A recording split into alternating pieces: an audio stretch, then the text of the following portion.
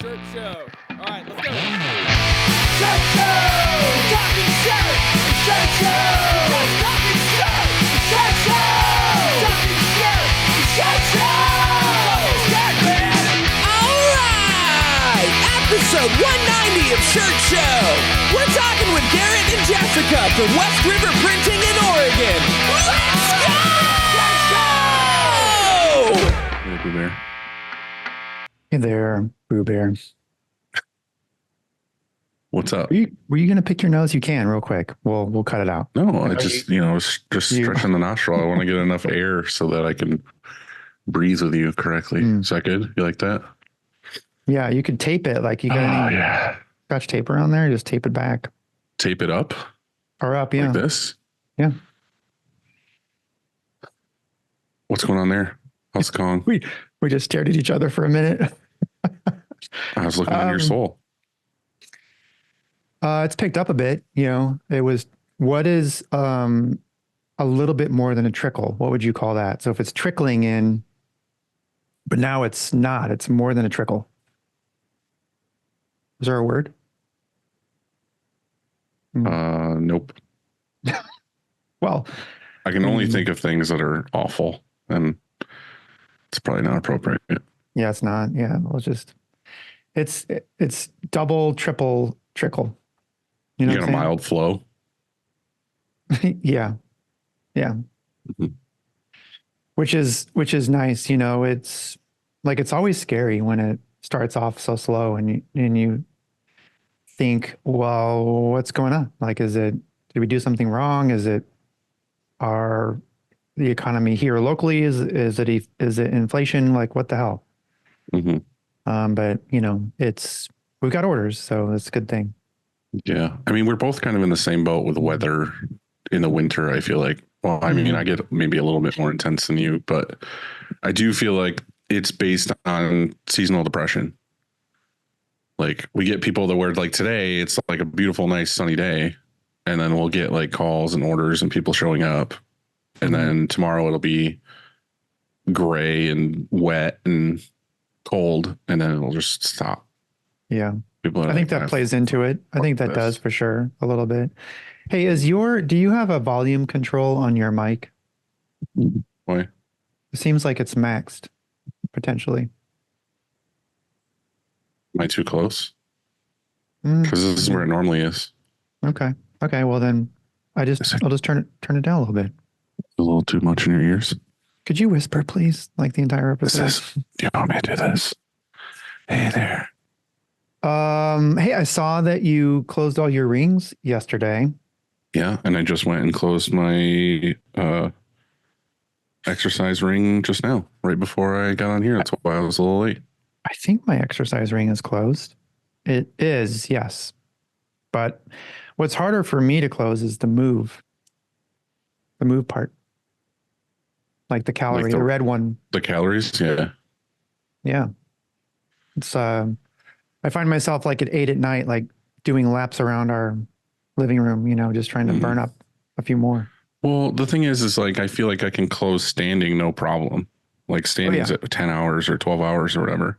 Right. And then the calorie one, I almost always can close, but the workout one is like, it depends on the day. Like if I can get outside, because my working out is going for walks. So like the last 2 days, it was dog shit here. So I didn't really get a chance to. And then last night, I looked down at my watch for like time or whatever, and I was like, fuck, I didn't like really walk much today. And then I was just sitting on the couch doing nothing. So I was like, I'll like go listen to music for, an hour and a half or whatever. And I went for a walk, and then I closed everything and sent it off to the mild hunks and, got back on track. So that's right. Well, trying to hold you accountable.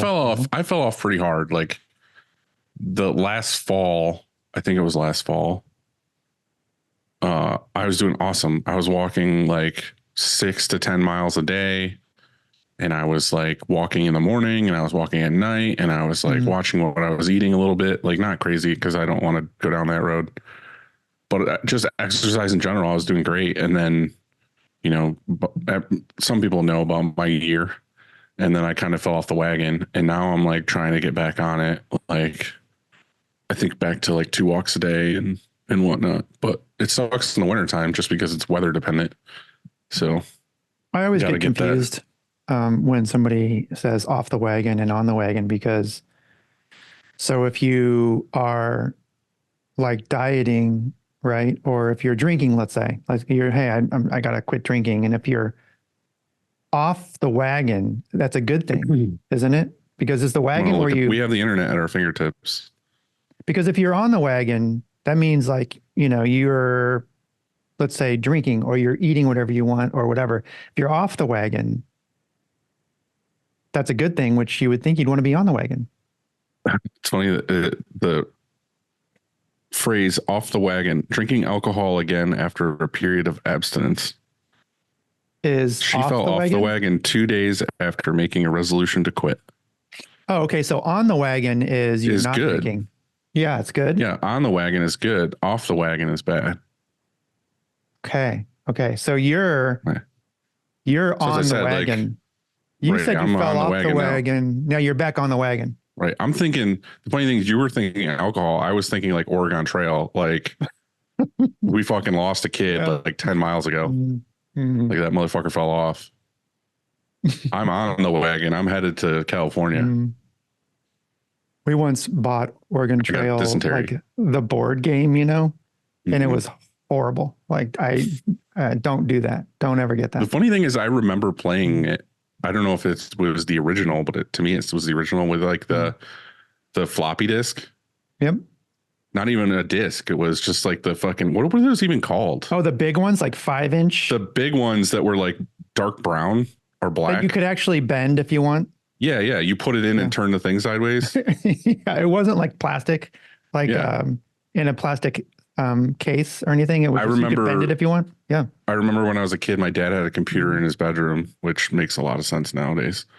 But it was that style computer, and I would go in and I would play like that game. And there was a couple other ones, and we had like the original like Sim City and stuff like that. And it was, I think Sim City was on more like the when it went from that one to like the hard disk.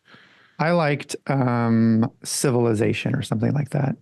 That was kind of like SimCity, but you build this whole Age of Empires. Yeah, that's what it was. Dude, I played the fuck out of Age of Empires. Me too. I still have it. I've been buying it throughout the years. I just bought it on Xbox. I want to play it like tonight, right now. Yeah. Dude, I played the shit out of that game. Let's jump online. We'll play it. Dude, we'll if me and you got on and played on the internet, Age of Empires 2. Yeah. I'd cream my jeans tonight. I would play it nonstop. I wonder what it's like now, like the latest version, because I haven't seen it in years. So I want it to be the original. I want it, dude. I have the things memorized, like the little villagers when they start doing shit. They were like, chopping wood. Chopping wood or like digging gold or fucking someone comes along and with trebuchets and fucking tears your building down. Yeah, like motherfucker. Yeah, exactly. Steal people's resources. It all starts with the screen, and whether it's new stretches or restretches, Frank and his team do it the best. To find out more, go to graphicscreenfashion.com, Frank.com, or greatfuckingscreens.com. Cleaning screens is no fun, but Easy Way makes it way more funner. Their line of eco-friendly chemicals will make reclaiming screens a whole lot easier. Check them out at easyway.com. Easy Way. It's the easiest way. Heck yes. Oh yeah, brother. GraphX is the source for production-ready digital art and remote art staffing. You want to go to graphxsource.com to learn more about what they offer and let them run your business. Yeah. I said it wrong. They're supposed to run your art department, but you know what? Just let them run your business. That's what I said. Let them do the whole thing. Yeah. So guess what? Choosing the right emulsion for your shop is complicated, and that's why we love Chromaline. Go to chromaline.com to watch Kev's vids or contact him on IG at the Emulsion Guru and get the answers you say the last word. I know, but I was waiting to see how long you let it go. Holy smokes, we're doing great. We are doing great. Mm-hmm. Fantastic. Yeah. So look, if you're not using DTF or screen print transfers in your shop, you're doing it way, way, way wrong. We have partnered with Howard Custom Transfers to get you the transfers you need fast. So check them out at howard.com. ct.gov. Awesome. Oh yeah, awesome. I like that. Or you can check them out at howardct.com in case that didn't work. Okay, we did it, but not very well. I mean, we did it very well. Yeah, that's what I mean. We did them all in 3 minutes. Yeah, we were on the wagon. Yeah, right. But we have dysentery. What is dysentery again? Is it like some sort of? I don't know the exact. Let me look it up. Infection of the butt or something. Whoa. Pretty sure that's what it is. Dysentery, also called infectious diarrhea. Yeah. So inflammation of the intestines accompanied by bloody diarrhea. So the trail was covered in bloody diarrhea. Yeah, I wasn't too far off. Dysentery is most often caused by, I'm not even gonna say, Shigella bacteria or an amoeba. Dysentery is often spread through contamination, food or water. Hey. Yeah, what's up? What we got today, bud? Today we are talking with Garret and Jessica Pratt from West River Printing in Eugene, Oregon. Like Oregon Trail. Like they're probably on the trail. They made it. They didn't die of dysentery. We need to ask them. They should have been asking in a second. They should have been on like way earlier. They could have been answering all of these questions. There we go. Hey guys. Hey, what's up, guys? How's it going? We figured it out. We're just learning technology. We only know how to play Oregon Trail. So they heard the whole thing. We did, you sons of bitches. Talking shit on Oregon. We do other stuff. We love you made it. That's what we were saying. Like you made conquered the trail. Yeah. It's true. Our ancestors are tough people. And then they look at us with shame. They didn't die of, what was it? Extreme diarrhea, basically. Extreme diarrhea. Yeah, that's what we're known for. Cool. You guys are tolerant to it. So what's going on, guys? We got asked to be on the podcast, and we're kind of like, well, why us? Why not you? How the hell did you find us? We have the internet. That's great. I'm glad the internet has reached New York. Yes, that's exactly. Cool. Just got here. Oh, that's awesome. Broadband 5G. Sick. Are you guys in the shop right now? Yep, we are. Yeah, we pretty much are here all the time, and we thought, we could try and do it at home or in like a cool office space, but the shop just made the most sense, I think. It looks like a badass office space. I see the boss back there, right behind your head. Oh yeah, the boss is here. Billy Joel's here. Elton John. Boston's greatest hits. That Boston album is the best album of all time. Yeah, Boston is the most underrated band of all time. Yes, I agree. I think. Very much on the same. Van Halen, 1984. Great album. And Abbey Road. Well, Abbey Road I can get rid of. All the rest. I'm not sure you guys can say this, but I can because I'm old. I went to that concert, the show, like in 1984, like actually in 1984. Yeah. And I wasn't like an infant. We were not alive. I wish that'd be awesome. I'm a huge Van Halen fan. We're music people. We like classic rock, punk rock, emo music. Whatever. If it's got a guitar and chug breakdowns and stuff, we're all into that. I was just having this conversation not that long ago about how I go through waves of like different genres of things that I want to listen to. And all growing up, my dad has always been like a handyman, and people that know my shop know my dad because he's constantly building things here, doing things.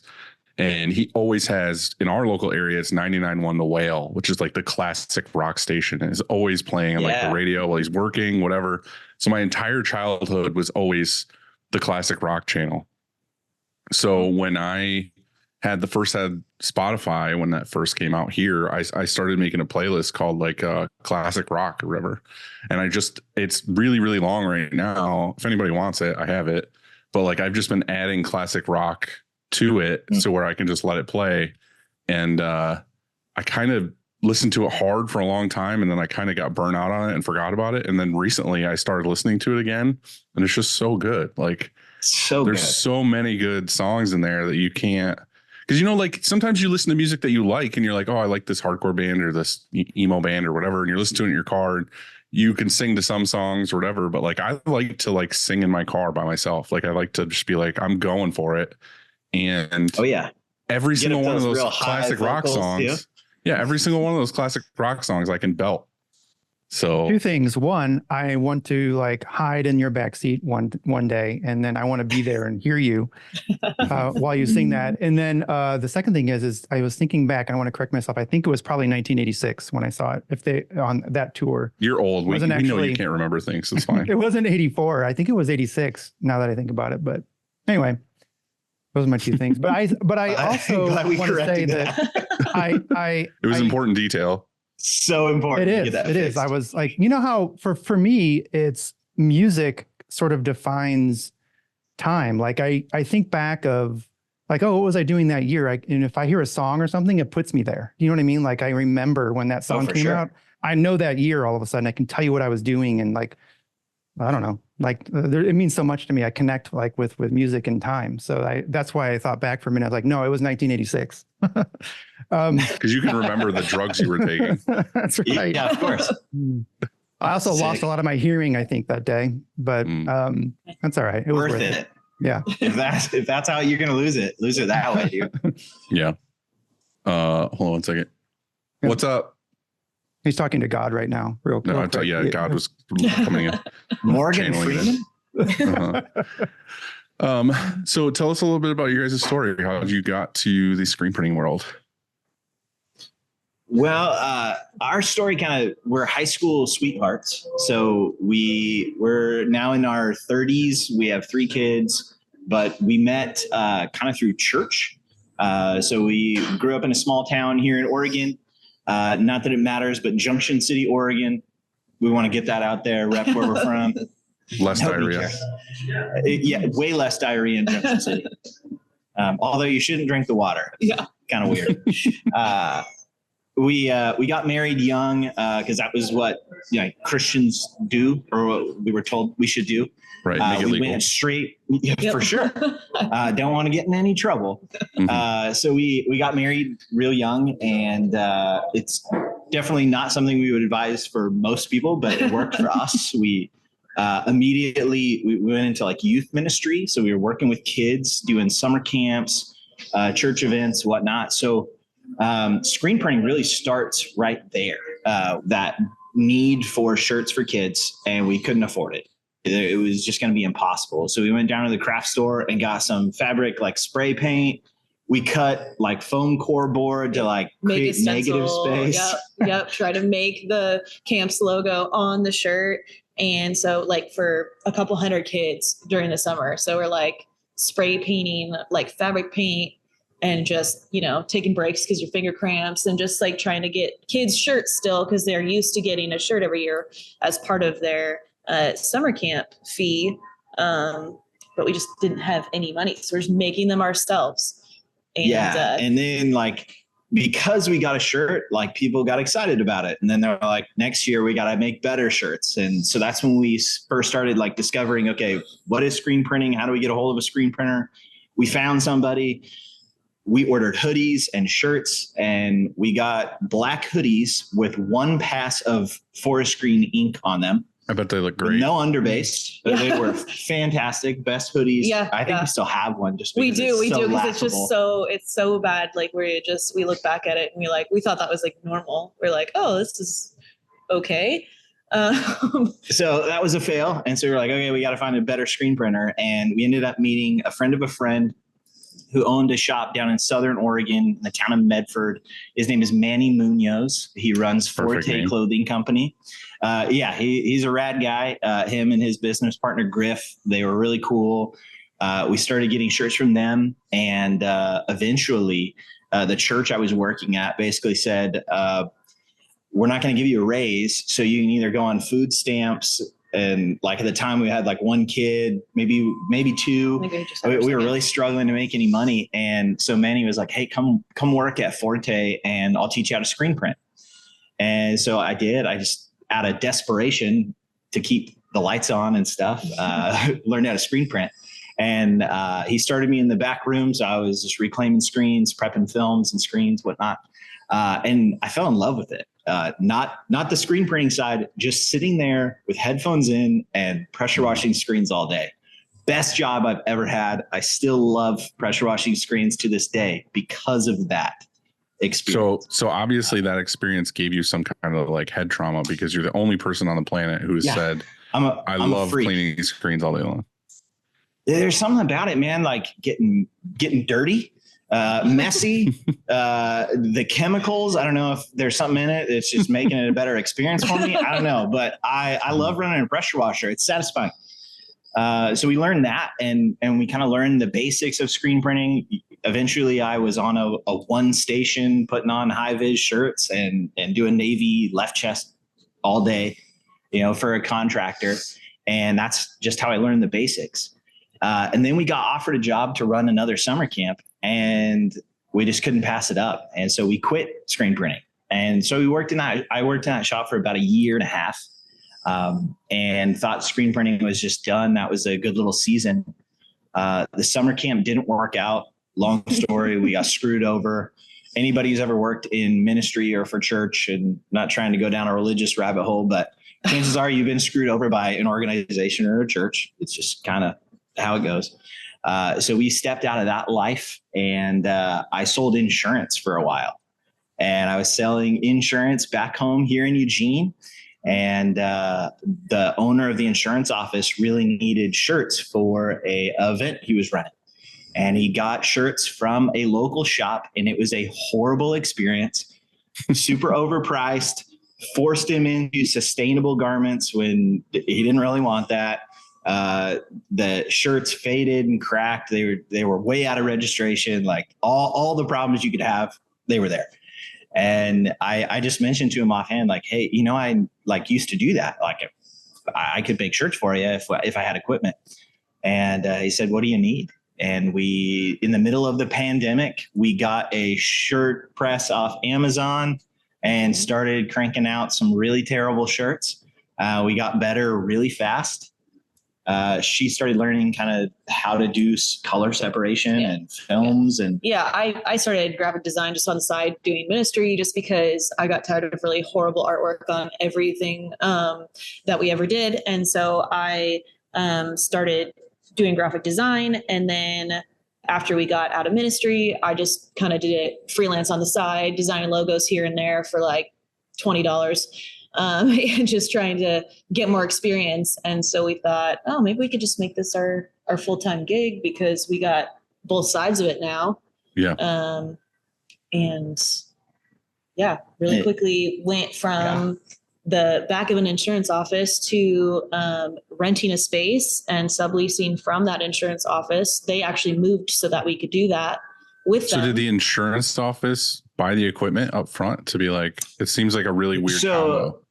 No. So it was kind of a mix. So he kind of helped, and he is still active, kind of an investor, a partner in the business as well. He's full-time selling insurance. Eventually he'd like to learn and be a part kind of on the ground floor. But he bought some supplies. He helped with some of the press, bought some squeegees. At the time we were getting stimulus money. So Uncle Joe bought a bunch of stuff. We got any savings we had, just any time I could buy equipment, I was buying it. If he was doing well that month, like I sold an extra policy for him. He was like, instead of paying you a bonus, let's put that into screen printing equipment.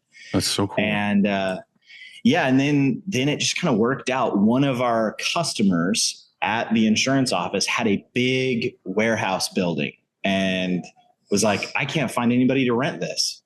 And so we approached him and said, hey, what about two of us rent it? We'll put a little insurance office over in one corner, and then we'll figure out what to do with the rest. And the plan was to be kind of part-time selling insurance. And I think I sold insurance for one more week, and just enough people we knew were asking for shirts. We got on social media and just DM'd everybody. Very quickly, Threadbare, a shop here in Eugene. They've been on the show before. They're really great. Amy had a press for sale for $500. We went and got it that day. and we started using that press. And then a couple weeks later, somebody posted about 4 hours away, hey, this entire shop setup for $5,000. We were like, well, we can't pass it up. There's just too much good equipment. So I got a U-Haul. We drove over. We got a better press. We got a better exposure unit. We got screens. We got inks, squeegees, Dryer, printer. Yeah. Yeah. Just everything. And what's crazy about it is when I hopped in the U-Haul to drive over to Bend, Oregon to go get all this stuff and drive back same day, I was listening to episodes of Shirt Show and the Golden Press podcast before they quit doing it. It seems like those guys have gone dark. We hope they come back. Come back, guys. Mm-hmm.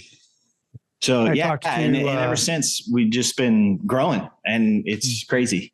I talked to Jonathan yesterday for like an hour. Nice. He's nice.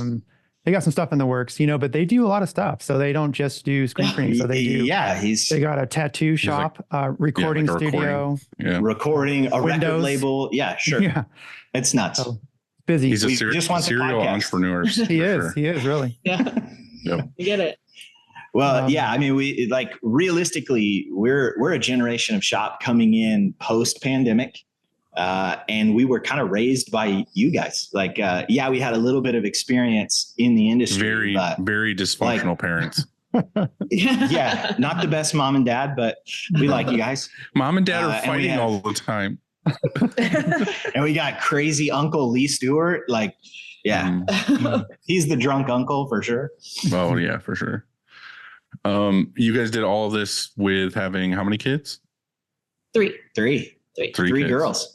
Nice. Yep. Yeah. And we don't have schools on Friday in our school district every week. So our kids are right there. Yep. They are in the office. I didn't take the office space. We actually gave the kids the office space so that they could have their space on Fridays, and we take them with us and they help out. And our oldest, she, lays out shirts during the summertime, instead of an allowance for chores at home, it's allowance for shop time. She wants games on her Switch. Yep. She's about to turn 10. Yep. She wants games on her Switch, and we're like, all right, stack shirts, dude. That's and it's super helpful. We love it. My son's going to be 14 this year. And that's one thing I'm kind of like, he's at the age now where he can get working papers at 14 and he can work in the shop after school and all this other stuff. And I'm kind of I'm excited for it, but I'm also kind of nervous to be just let him go into the shop, because it's not like he can sit in my office all day and shadow me. I want him to learn everything. I want him to learn cleaning screens and pulling shirts and all this other stuff. But the funny thing is he's going to be under other management, like Bill or somebody's going to be telling him what to do, not me. So here's my son, shy little boy who plays video games. Now it's going to be thrown into the mix. And I'm kind of nervous to see how that's going to go. I think that's good though. I think no special treatment. I think in fact, if anything, make it harder. We fire him after 2 days. That'd be great. That's good parenting for sure. Yeah. Real life. I actually have a friend of mine who was talking to me about this app. It's called Go Henry. It's owned by Acorns, where basically you can give your kids their allowance through this app, and they get debit cards or whatever.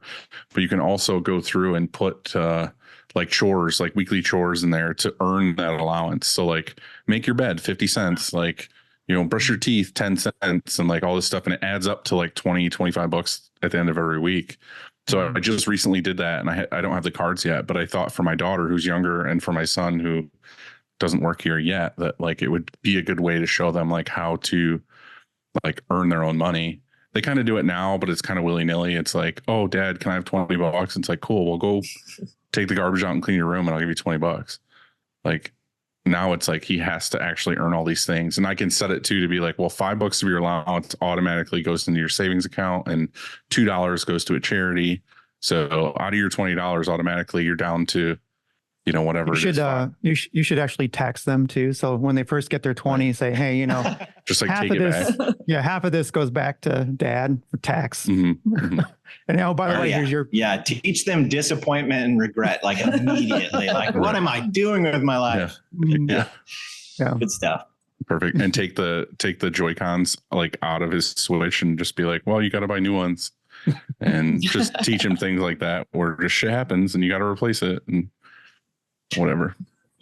Your tire's flat. Sorry, your life sucks. Exactly. Surprise.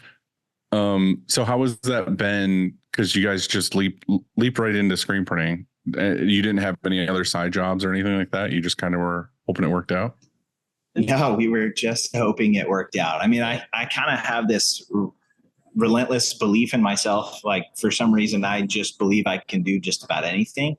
And I think that served me really well. It's hurt me some, but for the most part, like, I'm okay because I just keep powering through and we figure it out and we adapt. Yeah. I think we thought too, is like, we would work harder if we knew there wasn't a backup plan. Like, if you always have a backup plan, you kind of work as though you have a backup plan. And so we were like, there is no backup plan. So we have to put in all the hard work. We have to do everything.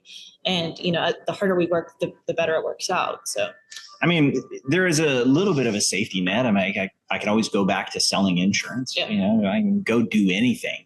But this is kind of, we had just turned 30. I just turned 30. We coming off the pandemic. I was so burnt out from working in a career where all I got was yelled at for, why is my bill so high? How come the insurance company won't cover this claim? And why is there a loophole there? And it's like, dude, I don't know. I'm just trying to do my job. I go home and take care of my family. And I just felt like I was missing a lot of my kids' lives, working late, sales job. I would come home like mentally just numb. And so we knew we had to make a change, and we knew we had to build our life around what was actually important to us. And for us, we're a weird couple. We have been together for 15 years. We love hanging out. We don't do a whole lot of separate time, which is strange to say. So we knew we wanted to work together. I wanted to pick up my kids from school. I wanted to walk them home. Those were values that we had. And so now we're able to do that. We get here in the morning, right after we drop the kids off. We work. Our youngest daughter is still here with us. So she's just kind of the mascot around the shop. She keeps us laughing all day. I get hugs. I get little drawings while I'm at the press. It's awesome. And then I can look over and I can hit on the chick that's doing all the color separations. There's a lot of butt smacks. I was going to say that, but I didn't want to be inappropriate. That's the best part. Oh, no. No, it's lots fantastic. She's super calloused up on one side. We make out all the time. It's Perfect. Awesome. It's great. The dark room locks from the inside. We just created. If the dark room is knocking, we just have found a way to kind of build this whole model around what we wanted. And so by the time 3:00 hits, I'm packing up a box of screens to take home to reclaim at my reclaim station at home. She has an office at home where she's doing all of any admin stuff or design work that she needs to do. And we're there for our kids. We're still there for our customers. We just communicate really well. Like, hey, after 3:00, our production facility is closed, but you can meet with us. We can schedule you an appointment. We can do a phone call, whatever it needs to be. But that way, like, everybody in our community knows what is important to us. It's our family and the community we live in. And so it's just, screen printing has just allowed that to happen. It's great. I love that story because I did on my first go around at a screen printing shop. I think that we were living parallel lives, but in a different time. That's such a thing because I did the same exact thing. So we even built out when we moved for the third time. We built a special room for my son. So like he could be in there after school, or if he didn't have school, like he could be in there. Because we didn't want to, I didn't want to, I guess we both, we didn't want to drop him off at daycare. We wanted him with us, we wanted to raise him like that. And so and when you have a small business, you're able to do that. A small business like I guess this industry, what screen printing is anyway, we could pull it off. And it was sometimes a little bit challenging, but otherwise it was great. And so it turns out he was around screen printing. He grew up around screen printing. And he is a screen printer now, like today. He's at a different shop. That's He's at awesome. his mom's. And that's what we want. Yeah. We want that for our kids. We are encouraging them to draw because we're like, hey, you could then do artwork for t-shirts. You know, if there is something that they're interested in, I don't want my kids to go off and go do something else. Now, if that's what they decide, great, we're going to support you. But I think we've lost something in our culture where we don't pass things down to our kids anymore. Yeah, we're ready to just get them out the door. Go do something else. Get far away. Yeah, like, go to college and figure it out. I want my kids to be here with me, hanging out in the shop, and I don't want it to be dysfunctional. So then let's not let it be dysfunctional. Let's communicate well. Let's love each other, and we can all have a family business that's still here in generations. I wish you were my dad. Yeah, maybe we can work something out. I'll adopt you. He can be your daddy. He just can't be your dad. Yeah, dude, I'm in.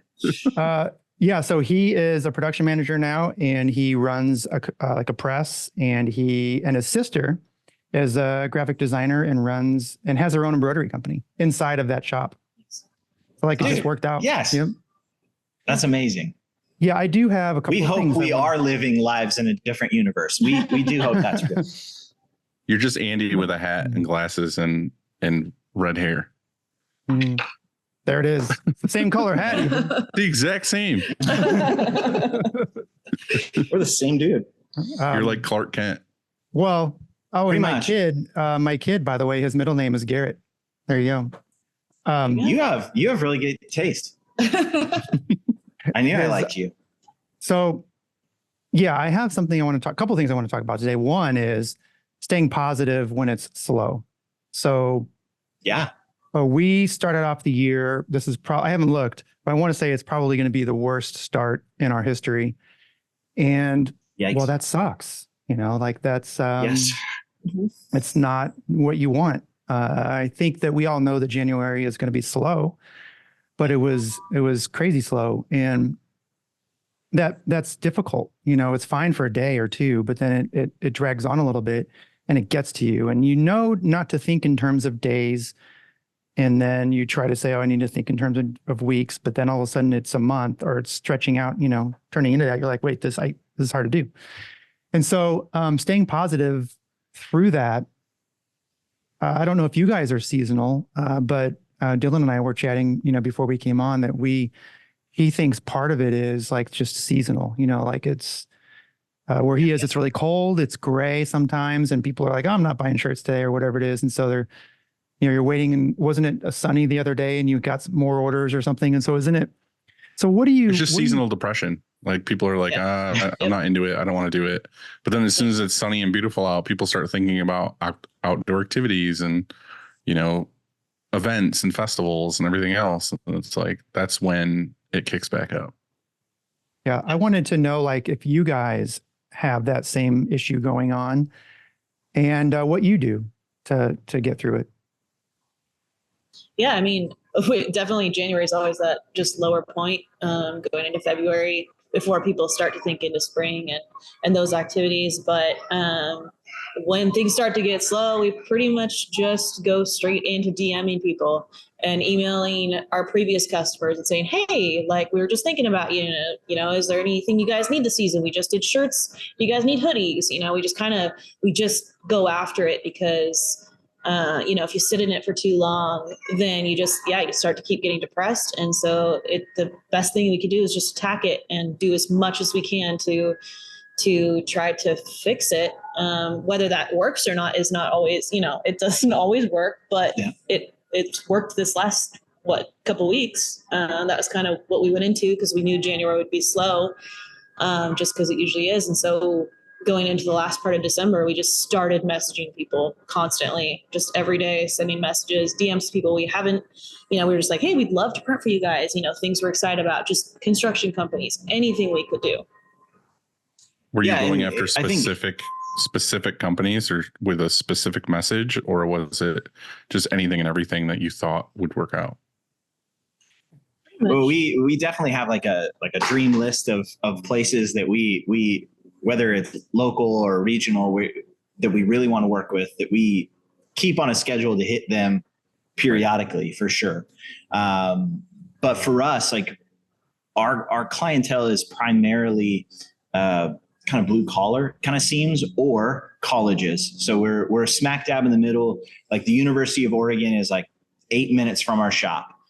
Oregon State University is 15, 20 minutes from our shop. There is a private Christian university just right around the corner from our shop. Mm-hmm. So we're going to hit those customers, and we're going to hit them. We're going to build relationships. We've got different contacts around campus that we're going to reach out to and just check in. And we call, text, email until we're getting somebody to say, hey, fuck off, I don't need any shirts. We're going to stay aggressive on that. You're squeaky wheeling. We're going to say yes to any little job that we can, even if it's just barely over a minimum. We're like, yeah, we want that. If somebody's got customer provided garments, we're going to say yes to that right now, because we just want to be working. Mm-hmm. And then like strange things happen. So like last night, we got a text from a friend that said, hey, in a Facebook group, somebody is requesting this specific shirt. And it was a statement by the local football coach at the University of Oregon. He's being recruited by Alabama to go be their head coach. He released a video and said, no, the grass is not always greener somewhere else. The grass is pretty damn green in Eugene, Oregon. And so somebody in a Facebook group was like, we need a shirt that says that. Well, we were like, well, we're not doing anything, and it's a little slow around the shop. Let's use this as an opportunity to get us creative and moving. And we can use this as a great marketing opportunity to get people knowing, hey, we make shirts. Reach out when you need something. So we made that shirt last night. We opened up a Printavo store. I think we checked this morning. We had about $300 in sales already. And it's like, those are things that we can either look internally and go, well, shit, it's really slow around here. What did I do wrong? How come I'm not better at this? Am I the problem? Or we can be solutions based and go, hey, no. We're screen printers. We adapt. Let's put some tape on it. Let's fill that hole. Let's figure it out. So we get aggressive, and it helps that we're kind of in a unique situation where we're around each other 24/7, so we can bounce ideas off each other. She's designing, I'm sitting there going, oh, no, move that over here, do this. Or, hey, remember to cut that out so it feels better on the shirt. Yeah. So we're just a perfect team to kind of fight through that. Of course, shit happens. I mean, we live in the Pacific Northwest, so of course we're depressed and it's gray and rainy and sad outside. So we can either dwell in that. It's kind of like this mindset we often say sometimes in our house, like, we know that if we put sweatpants on, it's over, right? Those are the quitters. You put your quitters on, you're done for the day. But if you get up, you get dressed, you get moving, things feel a little bit better. And we try and apply that to the shop as well. It's a great answer for that question. Really good. I have another thing too I want to talk about today. And that is I had to replace an air filter at our house. And I go to Ace Hardware, and there's this whole wall of filters, different sizes. And then I find my size, and then it's a good, better, best. And it actually says that on there. It says good, better, best. And one is like filters like at 1,000, and one is 1,500, and one is, I don't know, like 2,000 or whatever. I don't know what that means, but it's just like a better filter. The best filter is at the end, like it'll filter out anything. I ended up getting the better, so like right in the middle. And that's what I would have chose. Right. And I think that's probably where the company wants you. They want you, buying that. Most people probably choose the middle one, and that's probably where they make great margins on. I don't know. And so we always talk about on the show that we do that, or we try to do that with our showroom. So we'll have options, when a customer comes in, we'll show them a good, better, best situation. And I wanted just to, like, it's the beginning of the year, and a lot of people are messing around with their showrooms and getting ready for the busy season and everything. And just like as a reminder of to do that. And also, do you do that would you do that when you ship out, or when you quote out? I meant to say, like when you quote something, are you doing that? Do you give, if somebody says, hey, I'm looking for a shirt, 2-color, 100 shirts, do you just send one quote, or do you say, hey, well, there's this quote on a basic tee, but there's also this quote on an upgraded tee? Do you ever offer a better? Mm-hmm. Yeah, we usually offer a better and then also a lower. We don't want to start at the lowest, because then they'll be disappointed with their heavy cotton shirt. And so you kind of start at a decent price, and you like usually give them a few shirt options at that price that is usually kind of our base price. And then we kind of say, you know, you can go from there. These are better options. That's what this would cost more. And then if you want to go, if you need something less expensive, we can go with these options. So I kind of try to start at what is still kind of our lowest price, but we technically could go lower. We just don't want to have to go lower. So, you know, we like to show them both sides and kind of start with the better, you know, but still show them the good, you know. Yesterday, I had a discussion with a large client, and they order a ton of stuff, but they always go for the cheapest option. Like always, they're like, "How can I get this down to this amount and whatever?" And it's a constant battle with that. And then I had to have the discussion with them yesterday of like, "Hey, it's a new year. I want to know like what your plans are for this year. I want to know like where your head's at, whatever." And then I kind of said to them like, I noticed that like all of our discussions tend to be based on price. But like, what is your end goal here? Is your end goal to be like, I want to make the most money possible on each item sold? Or is it that you want your item to be worn more by the people buying it and have less customer service issues with people calling in or something and saying, my shirt had a hole in it, or, you know, my shirt doesn't fit anymore because it's a belly shirt and like all this other stuff. I was like, are you seeing that kind of response from your customer? Or are you seeing people being like, this is my new favorite shirt kind of thing? Someone told me once, I don't remember who, so sorry if I'm not crediting you here, but it was kind of like the university talk. Like there was a college comes to you and says, I want the budget shirt. I need to order 3,000 for all these new kids coming into school. And we just want to get this for the cheapest, whatever. And it's like, okay, cool. Well, you can buy this bottom of the barrel carded open end shirt, and it's cool that they get it and they might wear it once, but then 9 times out of 10, it's going to be thrown in the back of the drawer, or it's going to be the shirt they wear when they paint their house or mow the lawn. Yeah. And then that's it. I was like, because they wore it once, washed it, it doesn't fit right anymore. It's not like a comfortable, nice fitting shirt. Or do you spend 60, 75 more cents per shirt and get the next level up? That's a CVC, it's ring spun, it fits better, it feels better, all these other things, prints better. And instead of 1 or 2 impressions of that person wearing it, now you're up to 100 impressions of it. It's like in the rotation of like one of their favorite shirts they wear once a week. Like all these, they're proud to have it. So it's like, is that 75 cents breaking the bank for you? Like, what's your goal? Is your goal to have these shirts be promo for your company where they see it constantly because it's worn all the time?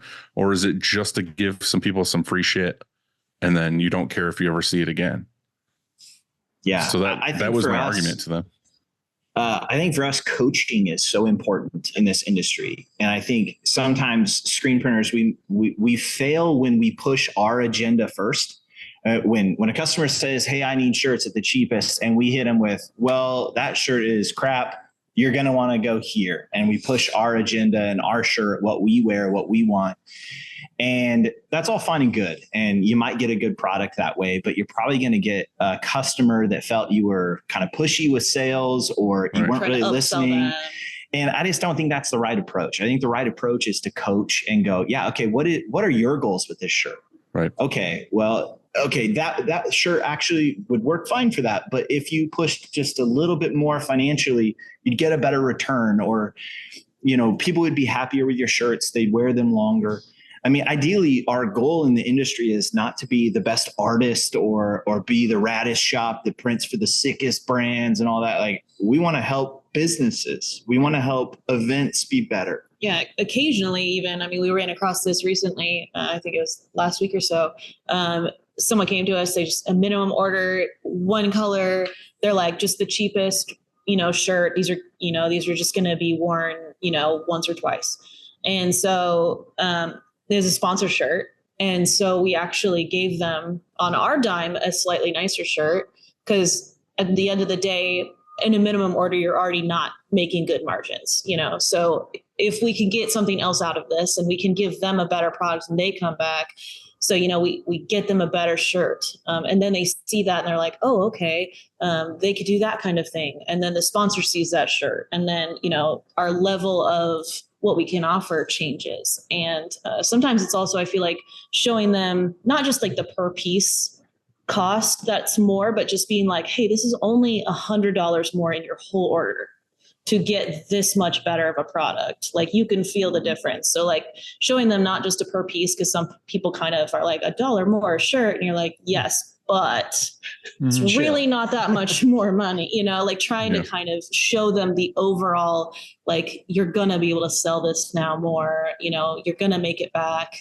And that kind of, you only really have to sell another shirt to get all of that back, that kind of thing. So. Yeah. And we can come at it with the angle of like, hey, we hear you that you want to get this shirt for the cheapest possible because it's a giveaway.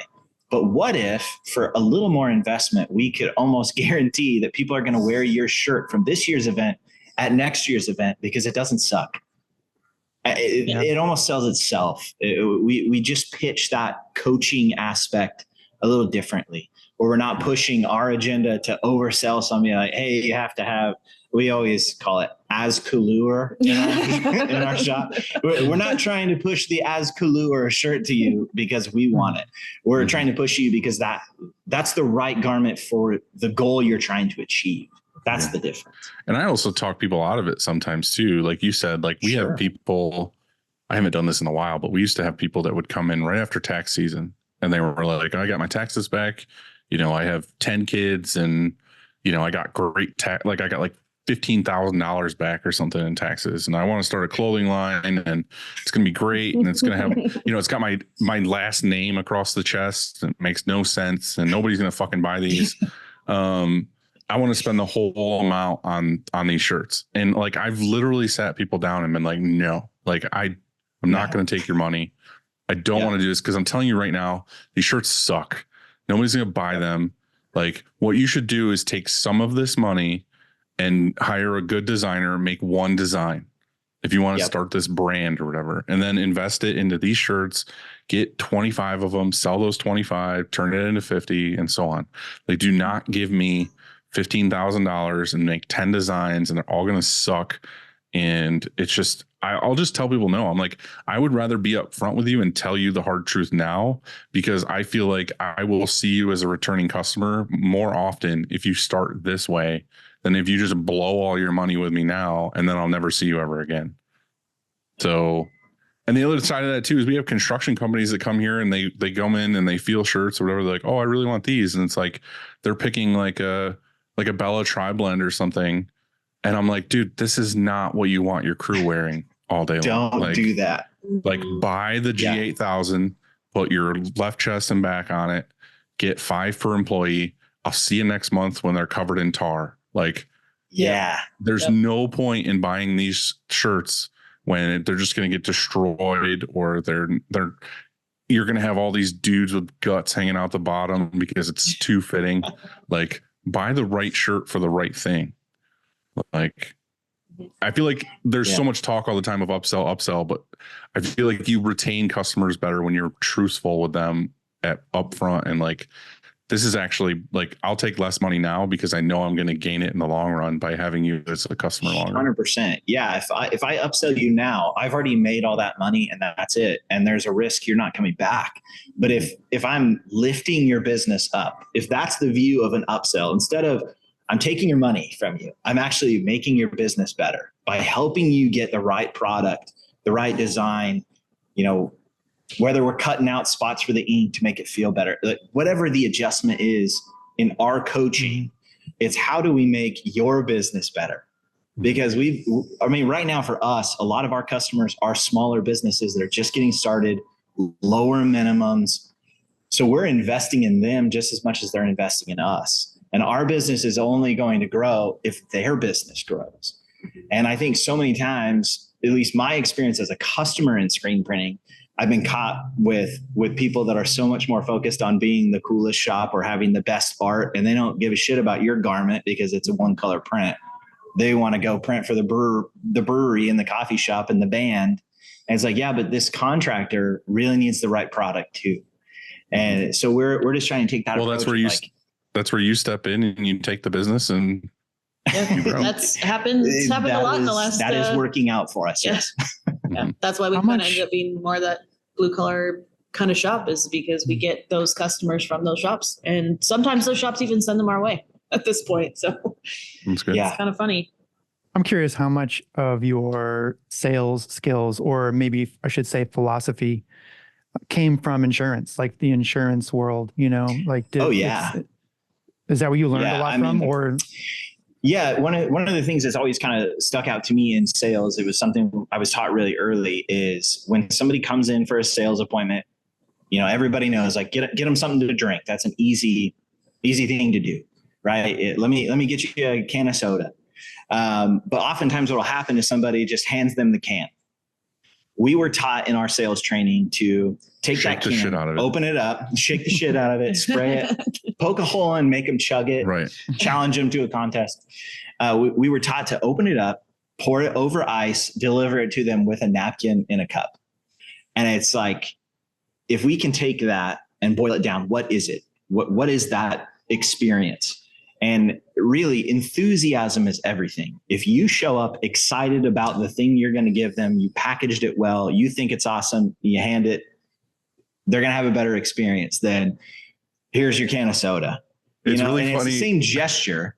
It's really funny that you bring that up, because I think it's only ever happened to me once, other than obviously like an airplane where they do that. But I went to a meeting once, and it was a real quick, like, I just needed to talk to them for like 2 seconds thing and drop something off.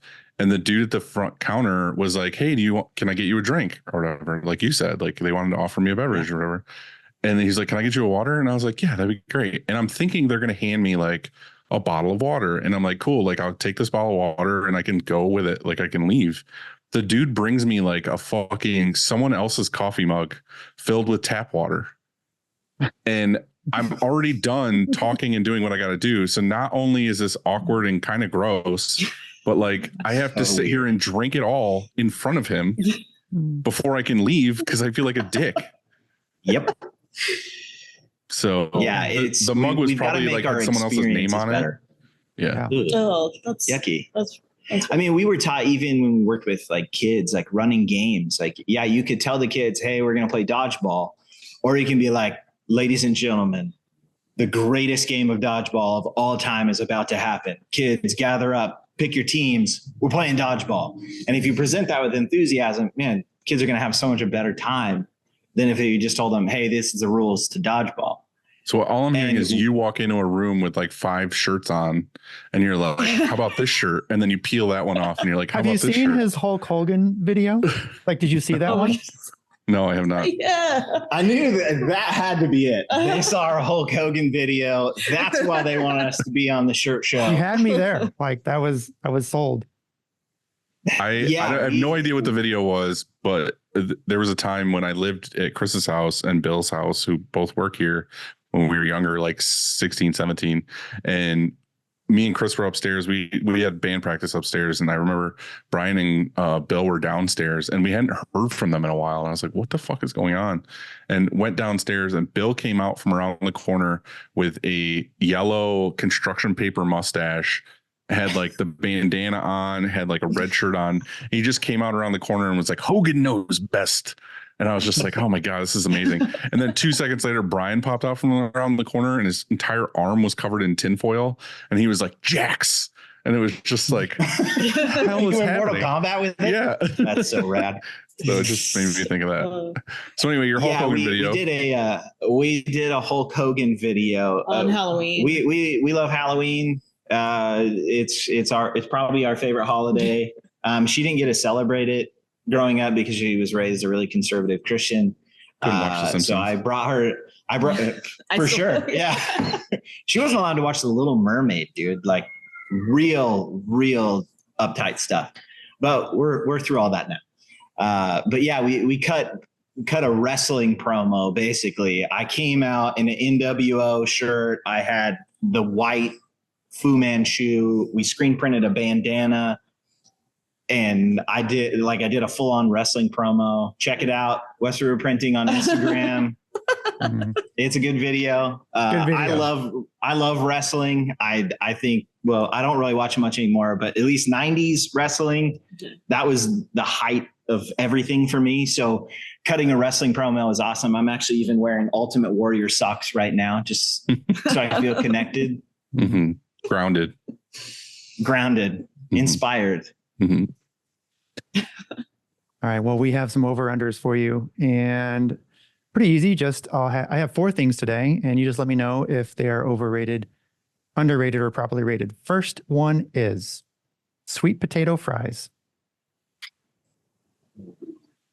Overrated. Sweet potatoes suck, and you're stupid if you like them. Thank you. They're dumb. Do not like it. Regular fries all day. They're just like sugary fries. Like gross. Yeah, it's weird. It's unsettling. Nope. You haven't and had orange them made right. Nobody likes orange hair, orange potatoes. Down. Yep. I agree. Gross. Super underrated. Way better for you, and they're delicious. Next, we have the Apple Watch. Overrated. I'm going to say it's rated perfectly. I'm not a watch person. It's not for me, but I can understand why someone would like it.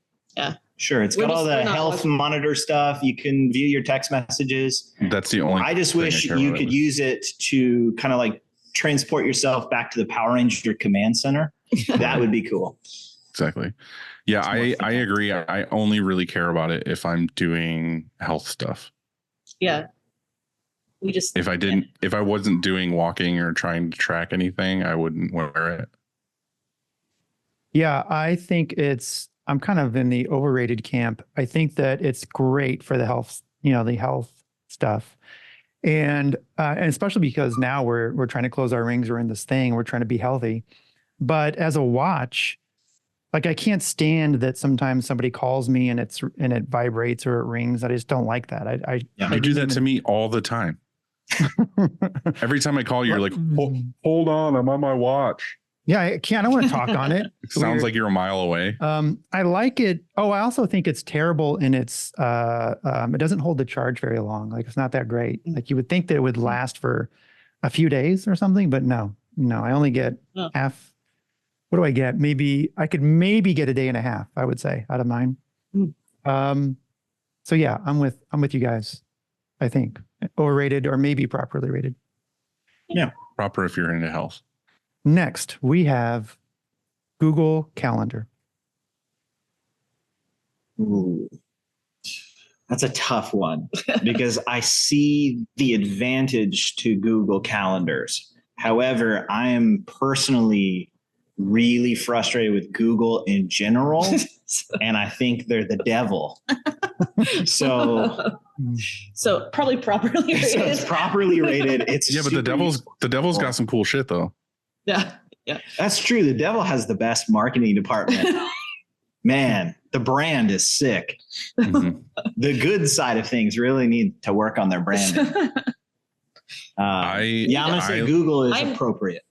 I'm such a I need to write things physically. So I don't like, which is terrible because it's not always with you, but I don't know. It stresses me out. You guys probably have to worry about that more because you have like tons of employees and different stuff going on. Like we're with each other. We are us. And we have an open concept shop. So she can yell at me while I'm at the press right now and we'll hear each other. Yep. So we're not good at this question. I live and die by the Google Calendar. My entire life is on that thing. I love it in so many ways because like just one example would be is I go on Southwest and I book a flight and it's automatically, it's just in my calendar, like the time of the flight and everything. Cool. And well, the shop, all of the shop is on there as far as like scheduling jobs or what needs heat press or what needs what. It's all Google Calendar. And then I have all my own personal calendars. Like Andy said, all my flights, all of my plans, my family's plans, they add to the calendar to let me know when appointments are, dates are, birthdays are, everything. So my day to day is literally going to the calendar and seeing what my day looks like. So when Andy says, hey, and we want to do this here, or someone says, can we hang out next Wednesday? I have to refer to my Google Calendar to see if I'm available or not. We keep all of our print jobs in Printavo. We do that part. But we don't have like that many friends outside of us. So that's not really an issue. We don't have the money right now to travel or fly. We're putting it into the shop. So we just don't need it yet. Yeah. But it's You'll a good get there. practice, I'm sure. You won't hate Google as much in a little while. Yeah. I'm just miffed about Google ads. I don't know how to use them well. And it feels like I pour money into it and I'm not sure that it does what it's supposed to do. We got screwed over when we were sick last Christmas and it made us upset. So. I'm just bitter. I get it. We talked about this a little bit last episode, but I had recently hired somebody to handle all that stuff maybe like 6-8 months ago. And it's a way different experience if you get somebody who knows exactly what they're doing. Like if I do it, I just say, oh, I'm going to put $1,000 in, hit go. And then it's gone in like a day and a half and it does nothing. Yeah. But if you actually do it with somebody who knows what they're doing and they're scaling it up slowly and getting it to where they need to be, then it's very beneficial. So maybe you just need to hire it out. If you're the right person, get in contact with us, westwardprinting.com. Hulk Hogan. Hulk Hogan. Next. And last, and definitely not least, Mr. Beast. Ooh. Do you even know who Mr. Beast is? I think he's that's your bedroom name. I think he's only the most recognizable person in the world, like worldwide. He's one of the most recognizable nerds, for sure. He's the most famous YouTuber, basically. Mm-hmm. Yeah. No, I think I know who you're talking about now. And he makes those like weird candy bars and stuff. Yes. That we're not eating sugar right now, or we're trying not to. Hey, all right. We're trying to be healthy. High five. Sugar. No, we've lost a lot of weight. We're feeling good. Yeah, sugar and carbs. Yeah, low carbs, no added sugars whatsoever. Trying to eat. You healthy. are Andy Jr. for sure. Beautiful. Yeah. Jesus. Dad. So yeah, I would say overrated. I get he's successful. I get his videos are cool. His products are cool. But really, I think there are people that are cooler than him that I think should be more hyped. I don't know a lot about you him. You guys should be more hyped. You should be more hyped. Appreciate that. Take that, Mr. Beast.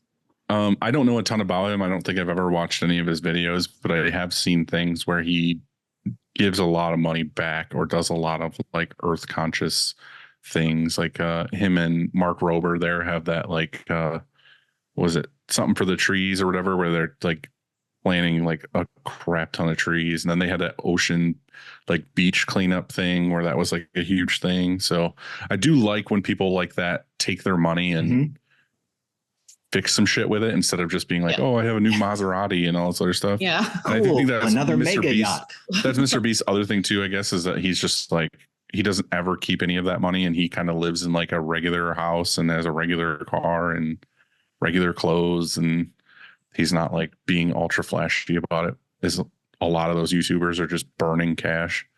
That's a very good point. I changed my answer. He's underrated. He's a man of the people. He's a hero. That's a very good point. I think I'm with you. I think he's underrated. First of all, do you know that he's 25? I did not know that. I didn't know. I don't even know what his real name is. It's like Jimmy. Jimmy Beast. Dougie Beast. But he is very interesting. I've just seen his videos and never really knew about him. And recently I've been listening to this podcast a little bit about him, not with him on it, but just kind of talking about him. One of the things I thought was really interesting is that he has hired in some people to help him. And one of the methods he used is like he thought in his head, he was like, I need to clone myself. And so, I mean, I've said that to myself, like a lot of times, like, man, if I could just clone every myself, day, it'd be great, right? Well, he actually basically did. And here's how he did it. So when he hires I guess you would say a CEO, I don't know the exact title that he gave him, but when he hires a person in high level management that's going to help him, that person has to commit to living with him for 6 months and like doing everything. So basically all you do for 6 months, your 6 months training is that you're just following him around. Like you're shadowing him. You're doing everything that he does. and you're learning to think like he does. In other words, like he's trying to, sounds kind of like a cult, but he's trying to like train you how, yeah, he's trying to train you how he goes through his day and what he does so that when you go off on your own, you just do that sort of thing. And so I don't know. I thought that was really cool. Like first of all, I don't know who could commit to that. You'd almost have to have no like personal life, like a family or anything like that. You have to be 25. Yeah. Right. That would be a good start. What an experience that would be, though, because I think that ultimately what comes down to is that he's going to be known as just one of the best marketers of all time, like ever, like in the history of time. Yeah. You know, I mean, his videos get 500 million views. You know, it's insane. Let's just have Mr. Beast on. Yeah, why are we here? Gosh. I mean, you would do it, Mr. right? Beast. Well, we appreciate that you guys could get on and do this with us. It was definitely fun. I'm glad you guys were able to do it. Wood chipper aside. Yeah, sorry about that. It's Oregon, man. Everything's logging and trees here. It fits right in with the Oregon story. Oregon Trail. Right. Yeah, we really appreciate it, guys. Like we said, we're big fans. Like we really did listen to the show when we were building this thing. So what you guys do matter. So appreciate it. Thank you. Thank you. Yeah. Well, you guys have a great rest of your day. Yeah, you guys too. Later, guys. All right. See y'all later.